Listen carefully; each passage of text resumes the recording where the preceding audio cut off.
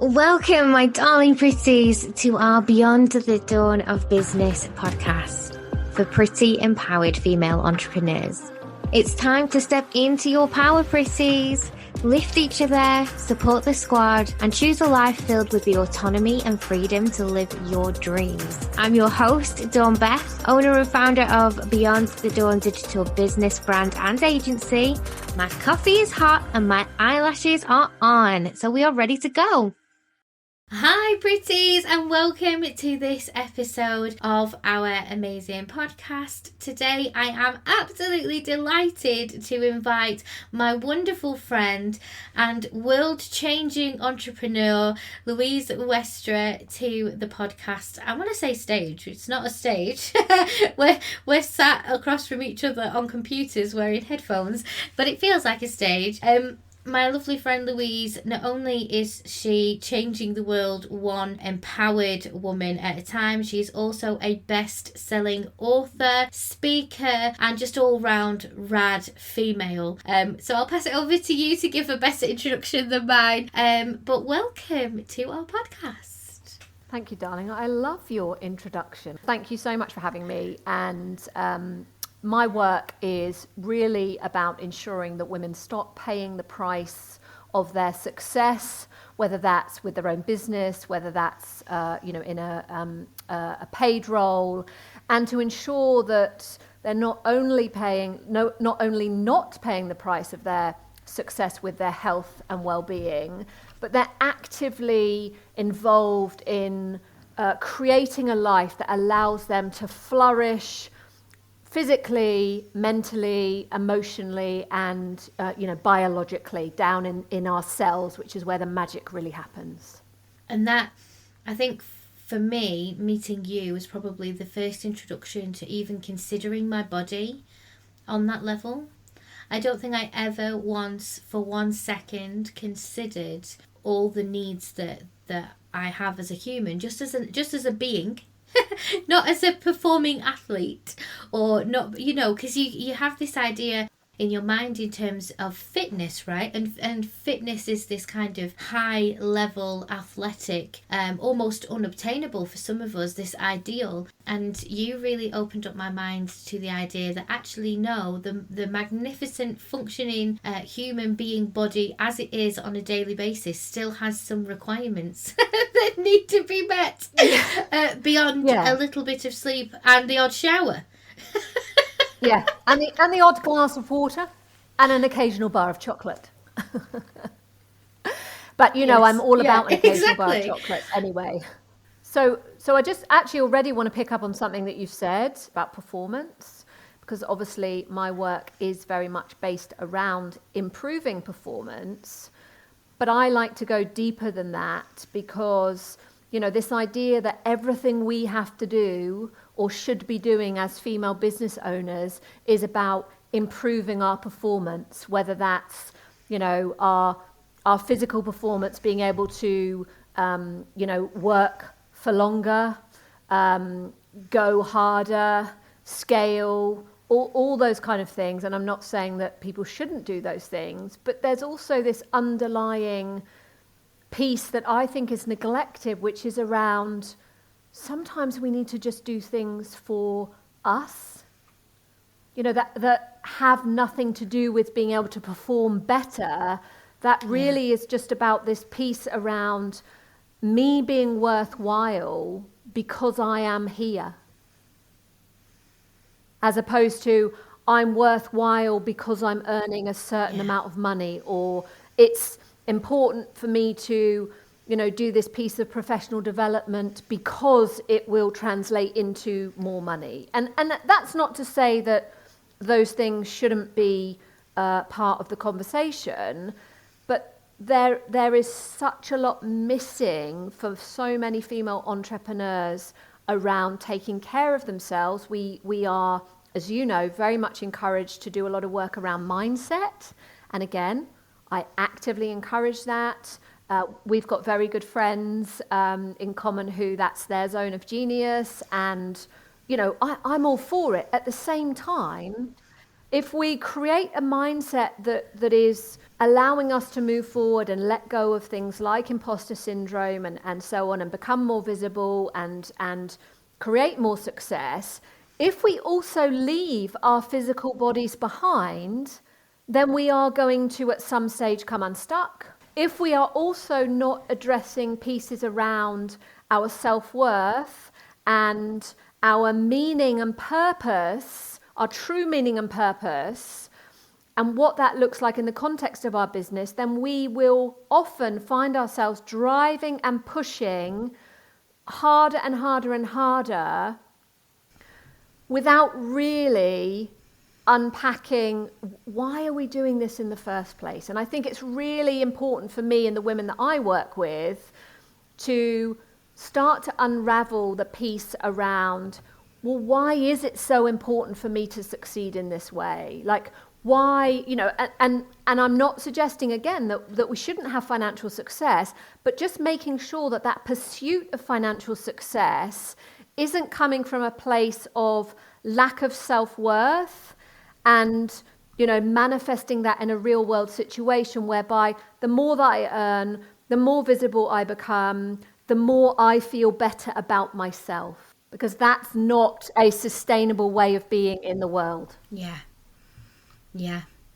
And I say that as someone who's been doing this work for 20 years. And the thing is you have that great understanding because the women that you work with and that you actually have that great relationship with, when you're expanding our minds in terms of all of these narratives that we've previously, either we have consciously neglected them or we have been unaware of them in a way that we've never explored them for ourselves before.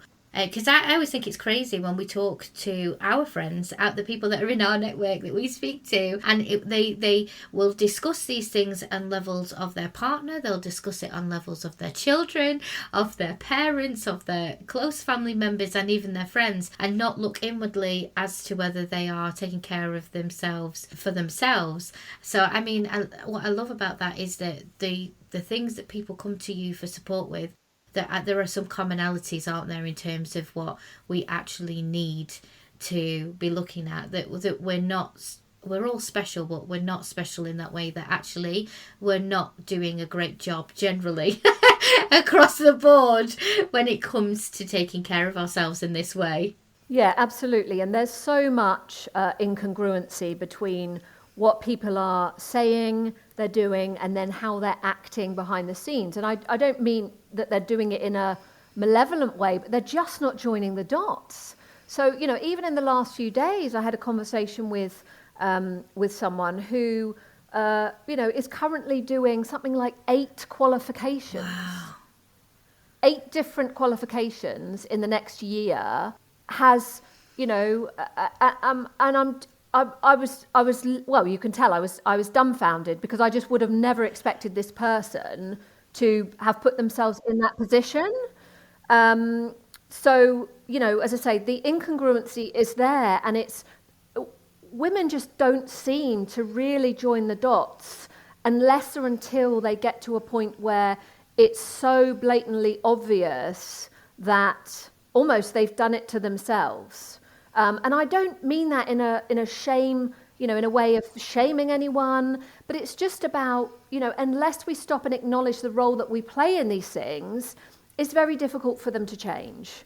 And, as you've said, there are a number of commonalities. Everyone is unique, absolutely, but there are a number of common themes that I've seen over 20 years of doing this work, and having also burnt out myself in my late 20s, mid to late 20s, I've got a pretty good grasp on what's going on. So, one of the big things that I see time and time again is what I call a hangover from the post-industrial revolution. So if you do a quick history lesson, bear with. Prior to the Industrial Revolution, the average kind of person, who most of us were peasants, worked between 6 and 8 hours a day, 6 days a week, right? In the fields, basically making sure that there was enough food for us and our families. That was the focus. And granted, through the summer months where the days are longer, there's more light, we would have been working for, probably longer days. But by and large, we worked overall about 150 days a year because we had a lot of festivals and events that were built into our annual calendar. So that's the 14th century, roughly, mid-14th century. Then if you fast forward to the mid-19th century, by which most of us who were peasants had been funneled into essentially, some type of factory, the unfettered brutality that went on at that time for a significant period, which resulted in a lot of, death, injury, and just this callous use of human labour, because there was no regulations, meant that people were then working about 311 days a year. So, if you fast forward to the end of the 20th, obviously we're in the beginning of the 21st century, everything that we now know as far as work-life balance goes is still judged against that time in our history.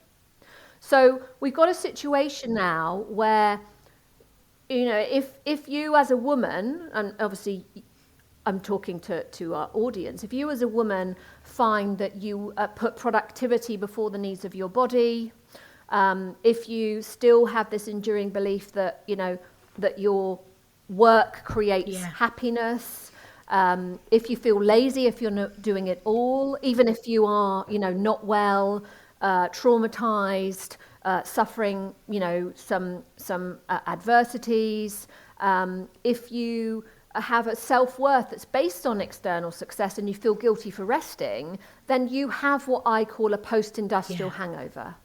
And that's something that needs to be shifted, I would suggest, as a one of the places to really and start. We wear that as a badge of honour, don't we? That high performance thing I love that term, that high performance thing that you're talking about in terms of actually creating better performance for you in terms of your actual health is not actually how we use that term. We use that term, high performance, for somebody who wears it almost like a badge of honour in terms of they will go and go and go and be productive even at the detriment of their own self. Yeah, exactly that. We wear our, well, as you said, we wear our busyness as a misplaced badge of worthiness is what it comes to. Look at me, I'm so busy, I'm so important, when in actual fact, you don't have to be the queen of all the things, of all the doing, and in order to be worthwhile. The fact that you are here as a human being having a unique experience, that's what we need to work towards as being enough. That just by being here, by being a present sentient human being, that's where my inherent value is. Born worthy. And that is, that's missing in the bulk of the women. Born worthy, exactly. And talking about that, one of the other enduring themes is a lack of self-worth, a lack of self-worth and self-love that I see in women time and time again. That means that everyone else's needs are more important than their own. I can understand that. I've actually been that way myself. Yeah, I think it's very, very common. I think from the perspective, or from my perspective, and if we want to get deeper into it, from the perspective of the patriarchy, it's in society's interest, or certainly if you're talking about the minority, which is a white male experience, it's in their interests, and it's in the interest of the systems and the structures that we have in place for women to continue to be a little bit beaten down, because then they won't rise up and ask for an equitable, a reorganization and a more equitable foundation to those systems and structures and institutions and so on. Yeah. I love the idea that we are coming into a different season as women, and actually taking a look at these themes and these narratives and changing our own perception for the greater good of us all collectively together. I think it's a really interesting conversation, and I'm really glad, this is going to sound a bit weird, but I'm just so glad that I was alive for this change in conversation and change in relationship structure when it comes to really educating ourselves on all areas in which we've previously maybe we've known it, maybe we've allowed it, but maybe actually some of us, I know it's generational. For me, it feels like you were born into this culture and we accepted a certain way of living because it was gospel, it was given, it was what we knew and what we were told how things were.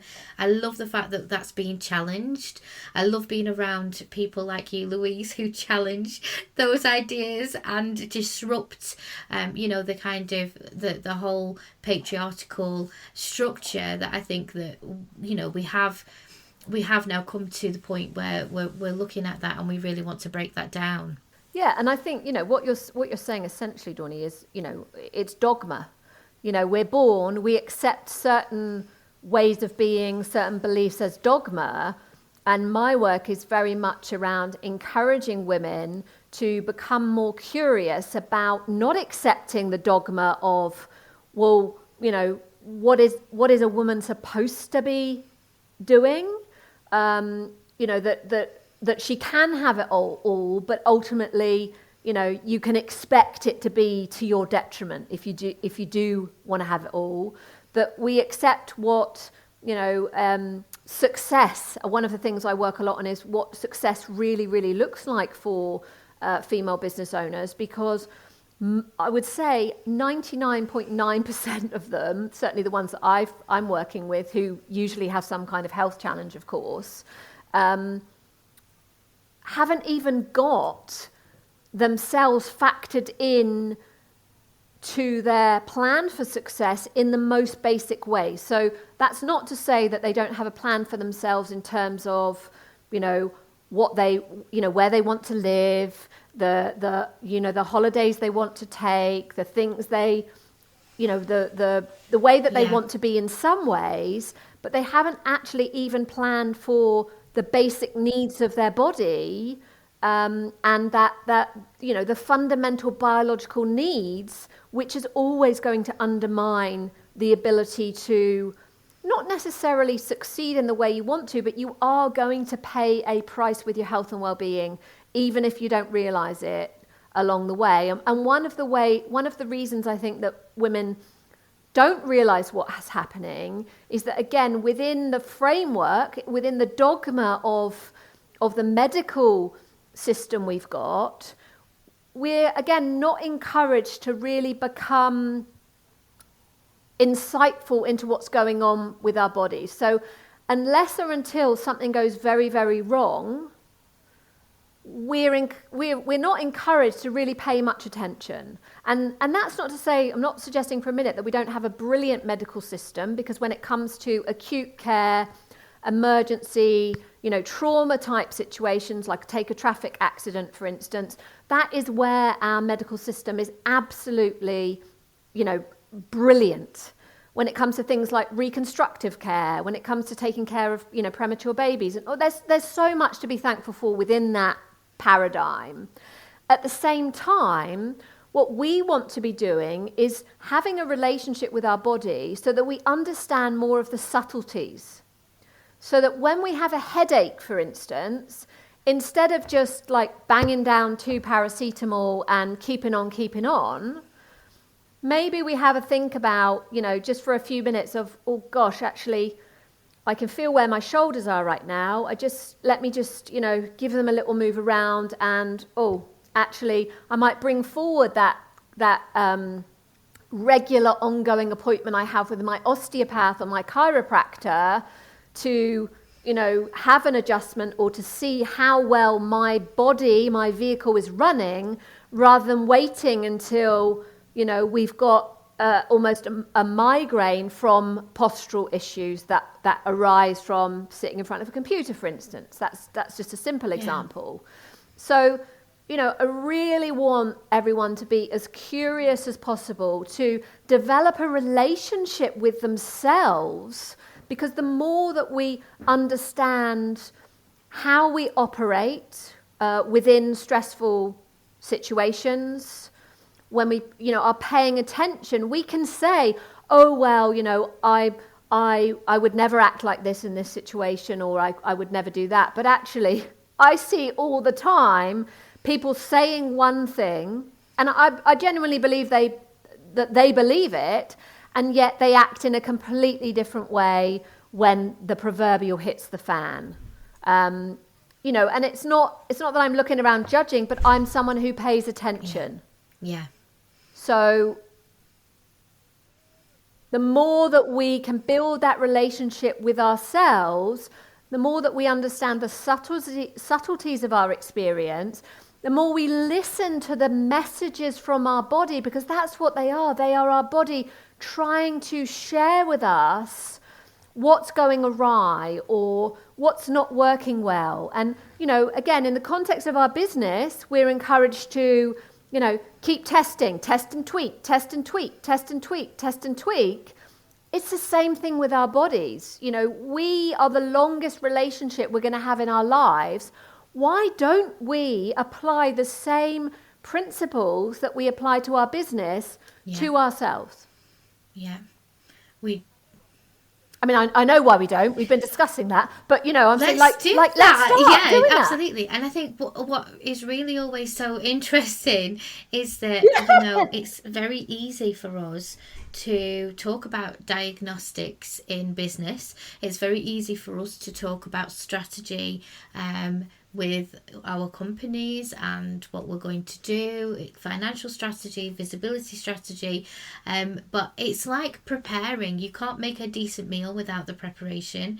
I know if my husband was on this podcast now, he would talk about how fine finish interior design doesn't happen without first the preparation. But yet when it comes to our bodies, you're absolutely right. Until there is a problem, until there is an ailment, and often there are ailments that we have decided that are low-level ailments, like a headache, like a backache, like possibly feeling a little bit fatigued all of the time. These are these kind of low-level, slightly under-the-radar things that we decide on anything to worry about, on anything to really focus on, when actually those are the messages that your body is telling you there's something here that isn't quite right. And I know obviously you did this amazing was it your doctorate on gut health, and you were talking to me about gut health one time, and you blew my mind about how many functions actually come back to your gut, and what you can figure out just from your gut health. And we were having this conversation, you were talking to me about all different things, and we touched on nutritional supplements, and we touched on all sorts of different things. And I remember thinking in that moment, I know nothing about my own body. Like, I know nothing about how my body actually works, and I've spent thousands of pounds and hundreds of hours figuring out how my brain works, figuring out the psychological aspects of everything, and that started with business, but then it became an interest. But when it comes to the rest of your body, it's almost like from the neck down, we don't care unless it's aching, bleeding or falling off. We're not interested in what's going on there.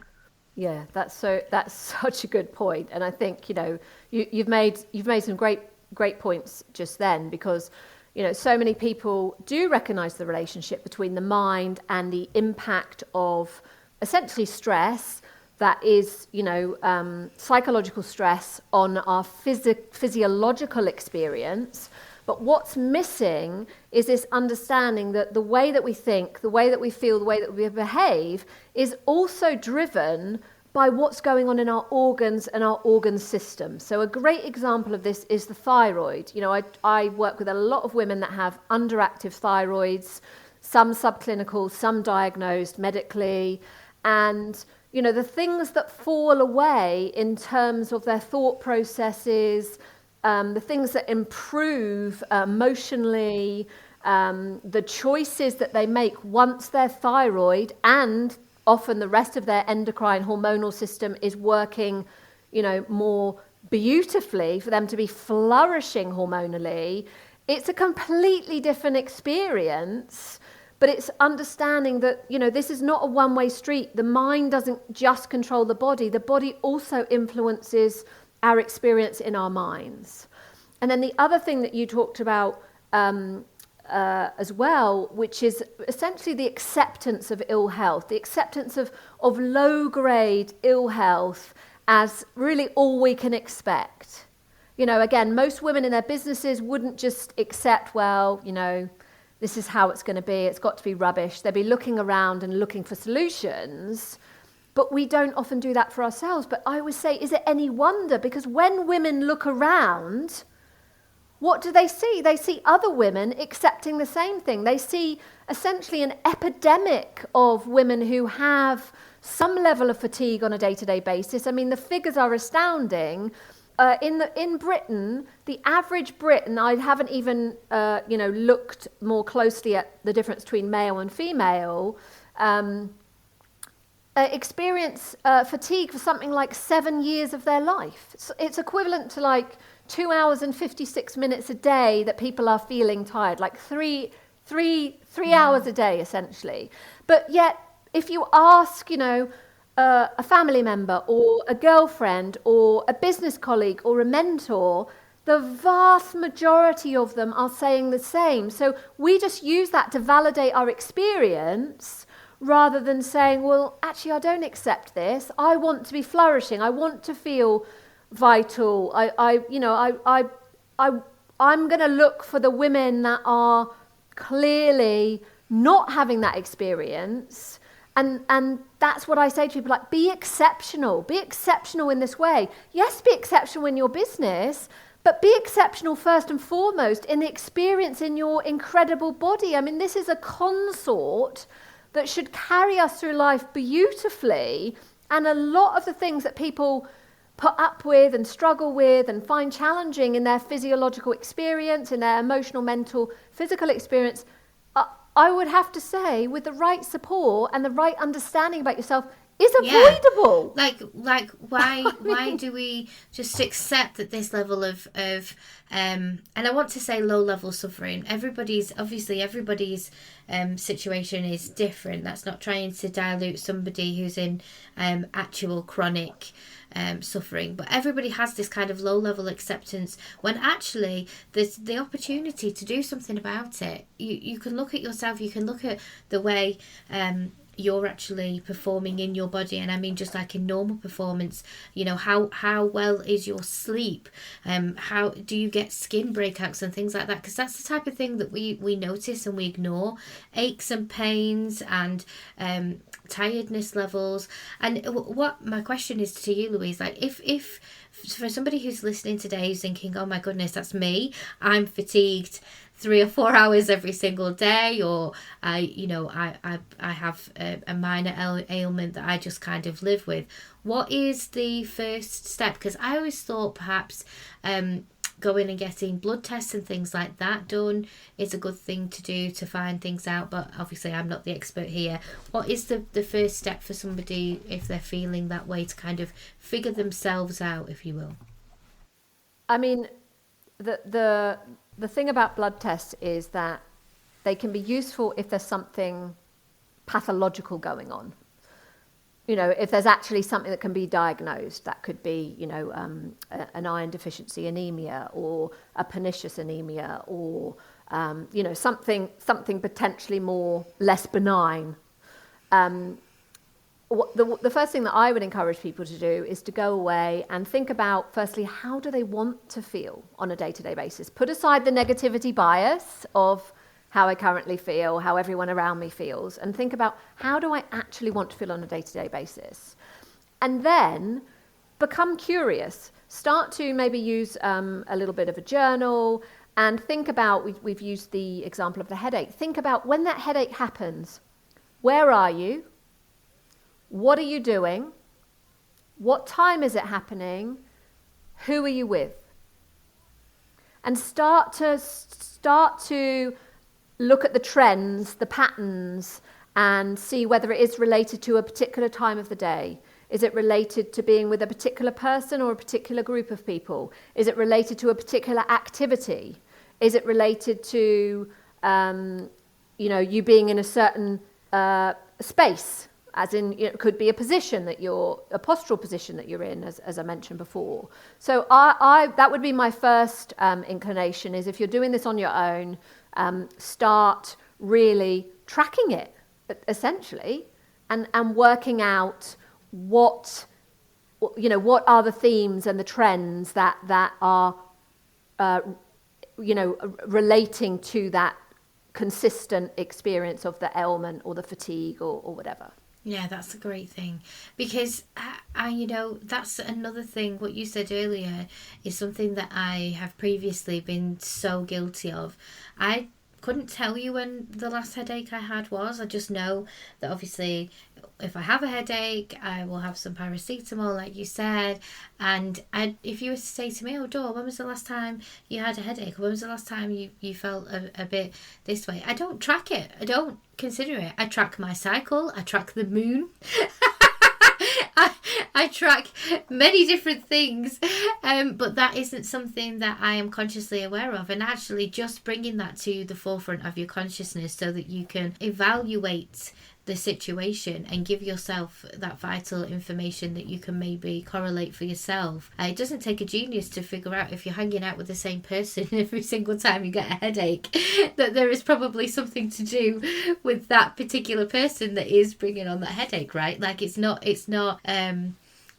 rocket science to be able to figure that out. And I think one of the main things that I really enjoy because we can get a bit ranty, especially about the patriarchy, but I think it's just so important that we remember that fundamentally that sometimes our well-being is directly connected, and all of those different efforts that we put in terms of our skill set and our strategy and our entrepreneurial nature. There was something that you said to me, Louise, when we were together at the retreat a couple of weeks ago. You said something really beautiful about how the week had been so special because of the calibre of women that had been there at the retreat and the time that we'd spent together. And that really touched me, because I think as female entrepreneurs, we do give focus to a lot of dead-end areas. We give focus to a lot of different things in the pursuit and the chase of what we perceive success to be. Again, like you said earlier, in terms of we're looking around at our peers for social cues as to what success should look like and what is acceptable and what we should be allowing ourselves to endure in the pursuit of those things. Almost, going into just slightly, I won't go fully into it, but just slightly into, that social hierarchy and buying into all of that stuff, rather than actually looking at ourselves and what we truly want. We look at the business stuff and we often say, what is the purpose behind it? What is the reason? What is the meaning for it for you? But how often are we actually applying that same level of depth, that integration of thought, when it comes into our physiological well-being, when it comes into our performance level, when it comes into how we feel, and when it comes into our well-being as a whole? Because without that, we're never going to be that best version of ourselves that we talk about all of the time when we're talking about yachts and champagne and financial freedom and working 2 hours yet still being a millionaire, and all of those great narratives that just surround us and whirlwind around us all the time. Like, what does that actually mean for you? Because for some people, having optimal health, having enough financial stability to enjoy the life we've been blessed with, and being able to just truly have that area of well-being where we can give and be a good caliber of person in this world is the absolute epitome of success. Yeah, I mean, I'm fortunate, I guess, because I'm very privileged with a lot of my clients, because over the years I've worked with, business owners that are going from multiple millions and, looking at trajectory into billions. And I remember having one particular conversation with, and actually he's a male. He's, even if I said his name, which obviously I would never do, people wouldn't know who he is, because he is, like most of my clients, very low key. He's not even on Facebook, Instagram. He's not on social media. And I remember having a conversation with him at the time. This is quite a number of years ago now. I was very nervous about having this conversation with him. But finally, I just said to him, we'd had a couple of sessions, and I just thought, I think I'm the only person in his life that's going to say this to him. And I said to him, so when is enough going to be enough then? And actually, at the time, he was kind of like, well, when I've done this and blah, and this, that, and the other, and blah, blah, blah, blah, blah. And he went away and he thought about it. And the next session, when I saw him about a month later, he came back and he said, you're the only person that's ever said that to me. I said, yeah, I know. I said, but, I had to get over myself to do it, because you needed to go away and ask yourself that, because we've been working together for a little while at that time, and it had taken a while for him to really let go and share certain aspects of his life with me. And, it really made him think about whether or not he wanted to take his business from the multi-millions into the billionaire stratosphere. And he eventually decided against it. Yeah. Because he knew what it was going to take. And he knew that it really didn't fit what it was going to offer him and his family in terms of additional financial success. It was going to cost them a lot more in terms of he'd be less able to fly under the radar.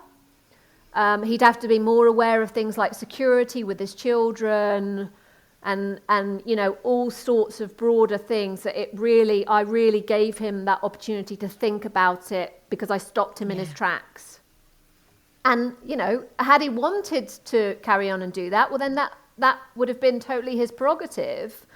But giving people the opportunity and the space to really stop and think about, what is it all about? Yeah. Really, what is it all about? When when we get past all the trappings and all the, the stuff, my ultimate, I guess, purpose is what kind of a human being are we? And are the choices that we're making for ourselves and, for the people around us, are those having a net benefit or a net, adverse impact on the world? And I, as trite as it may sound, and me, I'm definitely not, I'm not suggesting for a minute that I'm flawless at it, but my work is really, ultimately about how am I humaning? And if you are having an experience emotionally, mentally, physically, and biologically that is at the vibrant, flourishing level, then in my experience and my opinion, you are much better positioned to be able to then have a knock-on net positive benefit to the humans around you and beyond. And I think that's such a beautiful way to look at our whole idea of what it is that we're doing here. Like, I spoke to one of our friends, one of the Pretty Pro members. I won't mention her by name, but I spoke to her once and she was like, oh yeah, that's in my 20-year plan. And I remember thinking, damn, 20-year plan is a long-term plan. But I always tell people when they're looking at their businesses to be looking at their bird's eye view, to be looking at the bigger picture. What is what you're doing today creating for you tomorrow? Like, what is it you're actually doing with that footstep, with that seed you're planting? What is it that you're moving that traction towards? And yet, when you apply that to your own well-being, when you apply that to your own level of success, when is enough enough? At what point through your history, your lifespan, are you going to be comfortable to say, okay, now it's time for me to sit in a hammock in Malibu with a fruit juice in the sunshine and read a book, rather than striving for another $1 million or whatever it is that you're putting on yourself in terms of your growth and your wants and needs. And so many people that I speak to, they do not see the general markers of success to be the main markers of success. We all have different things.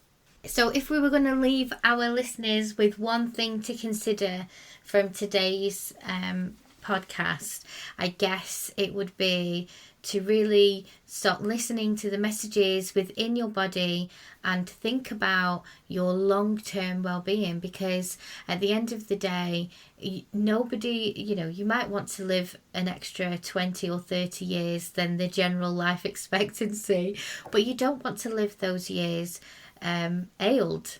There's no point in the additional life that you want to add on to this fantastic experience that we are all having here. Thank you so much for joining me today. And to everybody listening, thank you so much for putting yourself first. I'm using Louise terminology now, and listening to this podcast, giving yourself the time to actually enrich your day with these thoughts and ideas. And I hope that we will see you again. Check out the description notes for all of the valuable info and where you can find Louise to go and follow her. Until next time, pretties, I'll see you then. If you're loving our Pretty podcast, come on over to Social Pretties, our online safe house and sisterhood community. It's a safe space where female entrepreneurs connect and thrive in a warm, welcoming fold of pretty amazing women. You'll find an easy redirect in the description, and I can't wait to see you in there. And depending on where you're listening right now, we would love it if you would click subscribe or follow so that you can be the first to know when our new podcasts come out.